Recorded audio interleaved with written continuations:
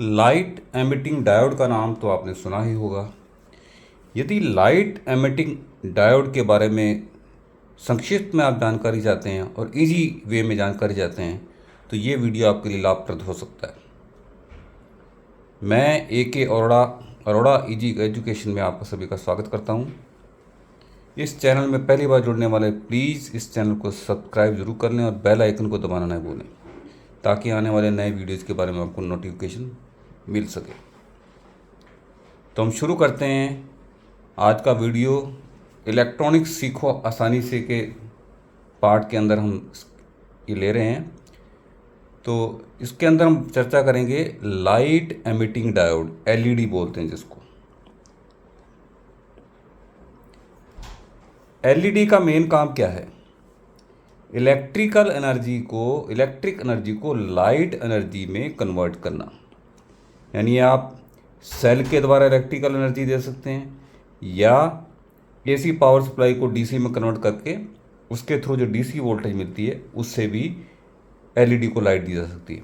तो इस electrical energy को लाइट में कन्वर्ट कर देता है। और ये आप बहुत डिवाइसेस के अंदर इंडिकेटर्स के रूप में हम लगे हुए देखते हैं, जिसकी बाद में हम चर्चा करेंगे।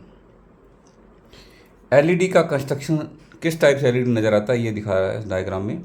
तो ये ऊपर ये लेंस और इसके साथ में जो है आपके ये कलर्ड जो है ट्रांसल्यूशन प्लास्टिक जो है वो केसेज हैं जिसके थ्रू आपको लाइट कलर दिखती है। एनोड की लीड थोड़ी बड़ी होती है और कैथोड की छोटी होती है। ये LED देखने में इस टाइप से राउंड भी आते हैं, रेक्टेंगुलर भी आती है। राउंड का मैंने डायग्राम बना के दिखाया। ये इधर वाला जो है ये LED का सिंबल है, ये इधर एनोड है और ये कैथोड है। थोड़ी पहचान के लिए हम कैथोड लीड की जो लंबाई है वो एनोड लीड से कम रखते हैं। तो ये इधर वाली अगर देखेंगे, जैसे ये वाली आपकी एनोड है और ये कैथोड है, ठीक है। तो कोई भी LED जब नया लेंगे आप तो उसके अंदर ये कैथोड है और ये एनोड है। तो एनोड जो है वो एनोड लीड की लेंथ जो है वो ज़्यादा होती है। उसके बाद आते हैं हम इसकी डिटेल डिस्कशन के बारे में। एक LED में जंक्शन डायोड होता है। कोई भी LED है उसके अंदर जंक्शन डायोड होता है और ये जो जंक्शन डायोड है वो सेमी कंडक्टिंग कंपाउंड का बना होता है। वो कंपाउंड जनरली हम कौन सा लेते हैं? Gallium arsenide phosphide. तो ये इसको अगर हम उसमें केमिकल उसमें लिखें तो GaAsP इससे लिख सकते हैं।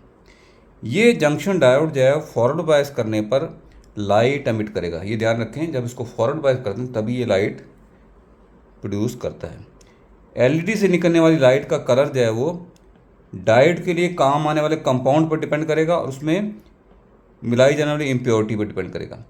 यानी किस कंपाउंड का जंक्शन बनाया आपने और कितनी इम्प्योरिटी है, इसके ऊपर डिपेंड करेगा कि LED जो है किस कलर को जनरेट करेगा या LED का कलर कौन सा होगा। उदाहरण के लिए रेड हो सकता है, येलो हो सकता है, ग्रीन हो सकता है, ऑरेंज। आजकल बहुत डिफरेंट कलर्स के LED भी आपको मिल जाएंगे, अलग अलग कलर के LED। ये कैसे डिसाइड करते हैं? कंपाउंड और उसमें इम्प्योरिटी के अनुसार। जब PN जंक्शन डायोड को फॉरवर्ड बायस किया जाता है तब क्या होता है कि इलेक्ट्रॉन्स जो है वो एनोड की तरफ जाते हैं और होल जो है वो कैथोड की तरफ जाते हैं। और ये जंक्शन के अराउंड बिल्कुल पास में जहाँ इमोबाइल आयंस होते हैं वहाँ रिकम्बाइन होते हैं। रिकम्बाइन होने से होल और इलेक्ट्रॉन्स के रिकम्बाइन होने से क्या है कि एनर्जी निकलती है। नॉर्मल डायोड में ये हीट की फॉर्म में निकलती है, टेम्परेचर बढ़ जाता है डायोड का। और LED के अंदर यही जो है वो लाइट की फॉर्म में निकलती है, तो ये LED बन जाता है।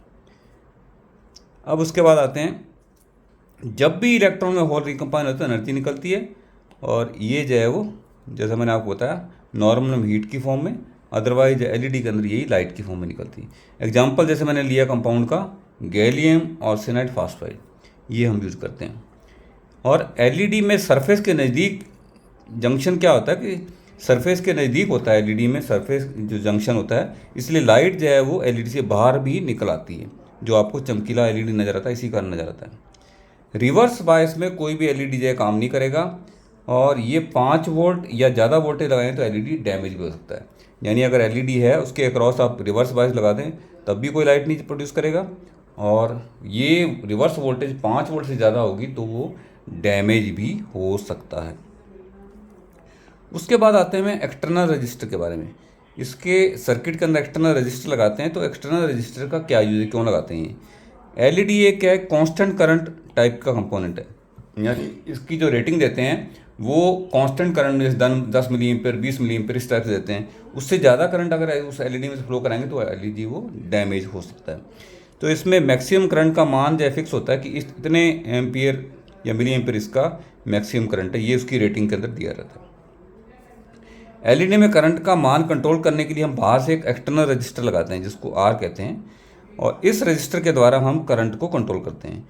फॉरवर्ड वोल्टेज मैक्सिमम जैसे जनरली हम 1.7 वोल्ट के करीब जो है होती है, और सप्लाई वोल्टेज हम आर की वैल्यू निकाल लेते हैं, तो सप्लाई वोल्टेज -1.7 अपॉन कितना करंट 10 मिली एम्पियर को मैंने 0.01 एम्पियर की फॉर्म में लिखा है, इसको कैलकुलेट करते हैं 330 ओम आता है। तो एक एलईडी के लिए ये 330 ओम का रजिस्टर एक्सटर्नल लगाना पड़ेगा। यदि सप्लाई आपने 5 वोल्ट दी है तो 5 वोल्ट सप्लाई अगर दी तो सीरीज में आपको कितना लगाना पड़ेगा, 330 ओम। इससे कम लगाएंगे तो एलईडी आपका जल जाएगा, ये ध्यान रखने वाली।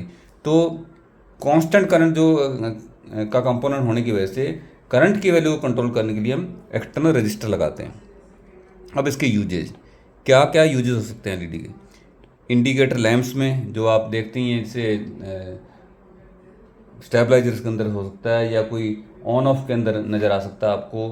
अपने इंडिकेटर्स के अलावा आपके जो चार्जर्स होते हैं इनके अंदर हो सकता है। बहुत जगह हैं जहाँ पर आपको एसी के अंदर हो सकता है, एसी के डिस्प्ले के अंदर आपको एलईडी लगे होंगे, तो इस टाइप से आप यूज़ कर सकते हैं। 7 सेगमेंट डिस्प्ले जो ये भी एसी के अंदर डिस्प्ले नज़र आते हैं, तो वहाँ भी ये एलईडी चमकदार जो डिस्प्ले होता है उसमें एलईडी यूज़ होते हैं। ऑप्टो स्विच के रूप में जो है एलईडी और फोटो ट्रांजिस्टर का कॉम्बिनेशन, वहाँ भी इसको यूज़ कर सकते हैं। इस तरह से इस वीडियो में हमने देखा कि लाइट एमिटिंग डायोड क्या है, इसके क्या यूजेज हैं, क्या प्रिंसिपल है, देखने में कैसा लगता है, कैसे इससे जो है वो अलग अलग कलर की लाइट प्रोड्यूस कर सकते हैं, इसके ये कौन से टाइप की डिवाइस है, इसके अंदर जो लगाया जाने वाला एक्सटर्नल रजिस्टर क्या है, ये सब चीज़ें हमने इसमें डिस्कस की। मुझे उम्मीद है कि वीडियो आपको पसंद आया तो उसको लाइक और शेयर करें। इस वीडियो के बारे में कमेंट करिए या फीडबैक जरूर लिखें। इस वीडियो को देखने के लिए आपका बहुत बहुत धन्यवाद।